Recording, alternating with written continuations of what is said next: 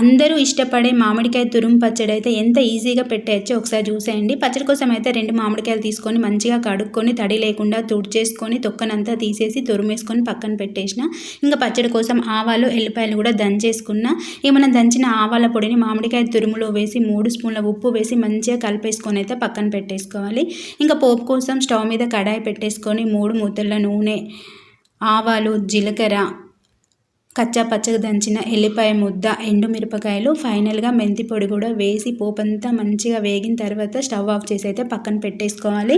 ఇక నేనైతే 2 కాయలకు 1 గంటెడు కారం అయితే తీసుకున్నా. ఆ కారంలో మెత్తగా దంచిన ఎల్లిపాయ ముద్దను కలిపేసి ఈ కారం అంతా చల్లారిన పోపులో వేసి మంచిగా కలిపేసి ఈ పోపు అంతా మామిడికాయ తురుములో వేస్తే ఇంకా గుమగుమలాడే పుల్లటి మామిడికాయ తురుము పచ్చడి అయితే రెడీ అయిపోయింది. తింటేనైతే సూపర్ టేస్ట్ ఉందబ్బా. ఒకసారి మీరు కూడా ట్రై చేయండి. నచ్చితే చిన్న లైక్ ఇవ్వడం అయితే మర్చిపోకండి. ఉంటా మరి.